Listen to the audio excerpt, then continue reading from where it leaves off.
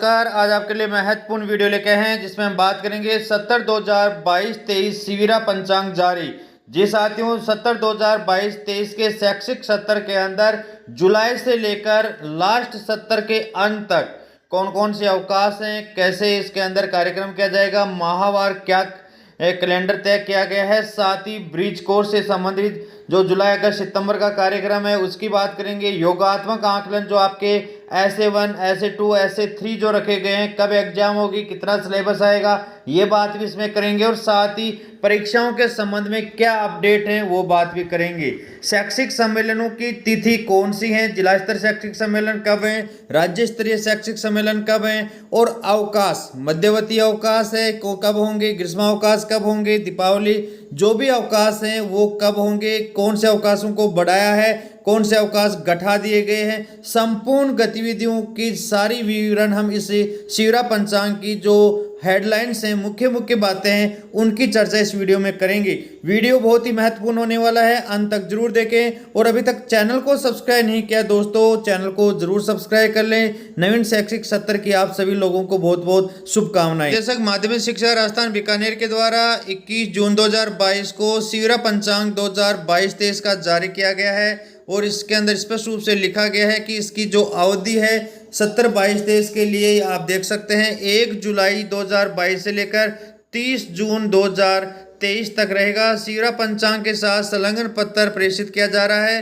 पंचांग के अनुसार क्षेत्राधिकार के विद्यालय संचालित विभागीय क्रियाकलाप और कार्यक्रमों एवं गतिविधियों का आयोजन क्रियान्वयन सुनिश्चित करवाया जाए। साथ ही आगामी शैक्षिक सत्र 2020-23 का सत्र यहाँ पर आरंभ होगा। ये 22-23 लिखा हुआ होना चाहिए यहाँ पर 24 जून 2022 से और शिक्षण कार्य विद्यार्थियों के नियमित उपस्थिति 1 जुलाई 2022 से ही आयोजित की जाएगी। तो आपको बता दें कि ये जो 24 से जून 2022 से स्कूलें खुलेंगी जिसमें शैक्षिक और सभी स्टाफ यहाँ पर उपस्थित रहेंगे और साथ ही बच्चों की बात करें तो 1 जुलाई 2022 से ही बच्चे आएंगे। आगे यदि हम बात करें तो सिविरा पंचांग 2022-23 के अंदर सभी जो चीज़ें सामान्य दिशा निर्देश दिए गए हैं। सत्र का प्रारंभ इसमें स्पष्ट रूप से लिख दिया है कि 24 जून 2022 को प्रारंभ होगा और प्रवेशोत्सव के लिए प्रथम चरण स्टार्ट हो जाएगा 24 जून से ही और ये नियमित कक्षा शैक्षिक 1 जुलाई से रहेंगी।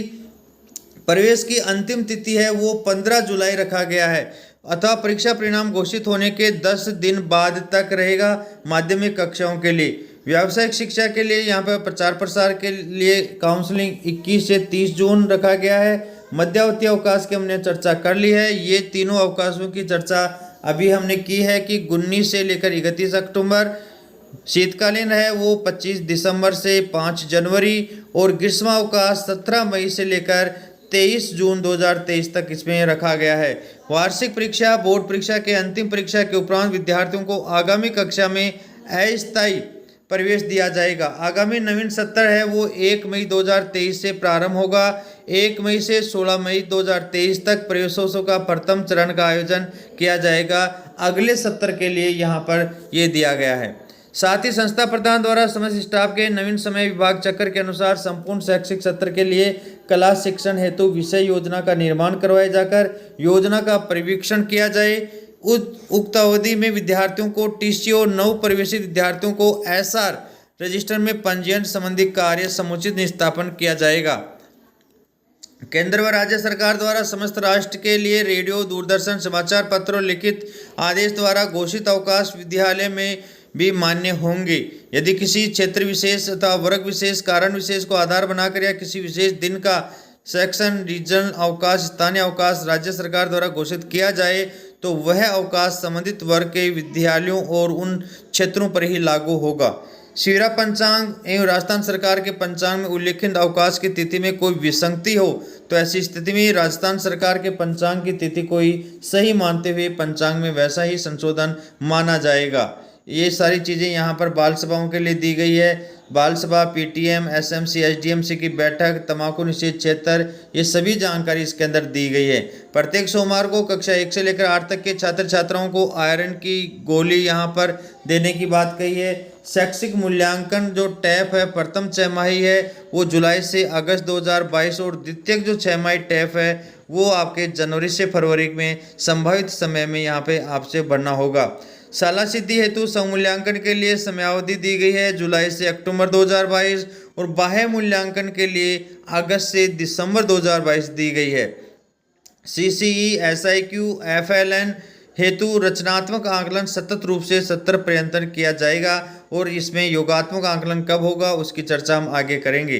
कक्षा 1 में प्रवेश के लिए समय राज्य सरकार द्वारा संशोधित प्रावधानानुसार विद्यार्थियों की आयु 5 वर्ष या उससे अधिक परंतु 7 वर्ष से कम वर्ष निर्धारित की गई है, क्योंकि यहाँ पर संशोधित पहले 6 वर्ष था, अब इसमें 5 वर्ष कर दी गई है। 5 से 7 वर्ष के वाले बच्चों को ही कक्षा 1 में प्रवेश दिया जाएगा। राज्य सरकार प्रवेश प्रक्रिया हेतु कोई निश्चित तिथि का निर्धारण कर सकती है, फिर भी RT अधिनियम 2009 के अनुसार बालक बालिकाओं को विद्यालय में प्रवेश वर्ष पर्यंत हो सकता है। कक्षा यहाँ पर प्राइमरी स्कूलों के लिए सभी के लिए वर्ष पर्यंत यहाँ पर एडमिशन हो सकता है, लेकिन माध्यमिक कक्षाओं के लिए अभी फिलहाल शिवरा में 15 जुलाई अंतिम तिथि दी गई है, हो सकता है बाद में बढ़ भी जाए। हाउस होल्ड सर्वे के बारे में, ड्रॉप आउट नामांकित बच्चों के बारे में, कस्तूरबा गांधी आवासीय विद्यालयों के बारे में यहाँ पे जानकारी दी गई है। प्रार्थना सभा 25 मिनट के लिए इसमें बताया गया है। विद्यालय प्रबंधन समिति के बारे में इसमें दिशा निर्देश दिए गए हैं। कक्षा और कालांशवार विभाजन की यदि हम बात करें तो इसका यहाँ पे समयावधि दी गई है कि 1 अप्रैल से 30 सितंबर तक के लिए आपके 7:30 बजे से 1 बजे के लिए रहेगा और 1 अक्टूबर से 31 मार्च तक ये 10 से 4 बजे के लिए रहेगा। तो ये हमेशा जैसा रहता रहा वैसे ही इसमें दिया गया है, कोई चेंज नहीं है। और यहाँ पर 2 पारियों के लिए भी दिया गया है। 2 पारी स्कूल के लिए आपके यहाँ पर अलग अलग पारी का क्रम दिया गया है जो आप देख सकते हैं। इस शिविरा की जो PDF है मैं इस वीडियो के डिस्क्रिप्शन बॉक्स में लिंक लगा दूंगा, आप डाउनलोड करके भी इसको प्रिंट आउट निकाल कर अपने स्कूल में आप रख सकते हैं। शैक्षिक गतिविधियों के अंदर यहाँ पे चाइल्ड राइट क्लब्स, वन और पर्यावरण विज्ञान क्लब, रोड सेफ्टी, टूरिज्म, ये सभी गाइडलाइन इसमें दी गई हैं। या आप यहाँ पर देख सकते हैं कि माध्यमिक शिक्षा बोर्ड के द्वारा मूल्यांकन योजना में कक्षा 9 से 10 के विद्यालयों में संचालित जो सांस्कृतिक गतिविधियाँ हैं वो इसमें आयोजित करनी होंगी। साथ ही आप यहाँ पर प्रबोधन समिति के बारे में जो आपके UDAIS है 30 सितंबर के आधार पर इसको 1 से 12 तक बढ़ना है, जो अभी फिलहाल भरा गया है। उत्सव और अवकाश की यदि हम बात करें तो महत्वपूर्ण बात यह है कि प्रत्येक माह हेतु माहवार पंचांग अंकित उत्सव अनिवार्यतः मनाए जाएंगे, क्योंकि लास्ट में यहाँ पे इस PDF में अलग अलग महीनों के अलग अलग जो कैलेंडर दिए गए हैं उसमें उत्सव और जयंतियाँ दी गई हैं, वो इस शिवरा पंचांग के अनुसार मनाया जाएगा। साथ ही महत्वपूर्ण यहाँ पर प्रत्येक शनिवार को नो बैग डे के अन्य कार्यक्रम प्रत्येक सप्ताह में आने वाले उत्सवों को उसी सप्ताह के शनिवार नो बैग डे के अन्य कार्यक्रम के साथ बनाया जाए। 15 अगस्त, 26 जनवरी और 2 अक्टूबर को पूर्ण अवकाश होने पर भी उसी दिवस को उत्सव मनाया जाना अनिवार्य रखा गया है। शिक्षकों, कर्मचारियों और विद्यार्थियों को स्वयं के विद्यालयों में उपस्थित होना ही अनिवार्य है इन कार्यक्रमों के लिए। 2 अक्टूबर को विद्यार्थियों को महात्मा गांधी के जीवन पर आधारित नाटक, कविता, अभिनय आदि के बारे में यहाँ पे कार्यक्रम करवाए जाएं। मध्यावधि अवकाश, शीतकालीन अवकाश, ग्रीष्म अवकाश में विद्यालयों में मंत्रालय एवं चतुर्थ श्रेणी कर्मचारी केवल राजपत्रित अवकाश का ही उपभोग कर सकेंगे, जो हमेशा करते आए हैं। मूल्यांकन एवं परीक्षा संबंधी में यदि हम कार्यक्रम को देखें तो कक्षा 6 से 12 की जो परक, अर्धवार्षिक, वार्षिक और पूरक परीक्षाएं हैं, कक्षा 8 की प्रारंभिक शिक्षा पूर्णतः प्रमाण पत्र परीक्षा और कक्षा 5 और 10 और 12 बोर्ड कक्षाओं की यहाँ पे दी गई हैं। इसके आधार पर आप देखें कि कक्षा 1 से 5 SIQ की बात करें, CC के 3 योगात्मक आकलन, क्योंकि पिछले कोरोना काल के अंदर योगात्मक आकलन नहीं हुआ था, इस शैक्षिक सत्र के अंदर 3 बार यहाँ पे लिए जाएंगे। ऐसे फर्स्ट है वो सितंबर 2022 में लिया जाएगा, ऐसे सेकंड है वो 40% पाठ्यक्रम के साथ में जनवरी में, और लगभग आपके शेष रहा 15% पाठ्यक्रम के बाद में बोर्ड कक्षाओं से पूर्व ऐसे 3 लिया जाएगा। तो यहाँ पर योगात्मक आकलन की ऐसे 1 आप देखें कि इसको सितंबर में, और 2 है वो आपके जनवरी में, और 3 है वो आपके मार्च या बोर्ड एग्जाम से पूर्व लिया जाएगा। पाठ्यक्रम आप देखें कि ऐसे फर्स्ट में 45% पाठ्यक्रम पूरा करवाना है, ऐसे 2 तक 40% और हो जाएगा, अर्थात 85% हो जाएगा, और शेष लगभग 15% पाठ्यक्रम है वो ऐसे 3 से पूर्ण करवाना होगा। कक्षा 5 हेतु तृतीय योगात्मक आकलन के स्थान पर जो बोर्ड एग्जाम है वो ली जाएगी।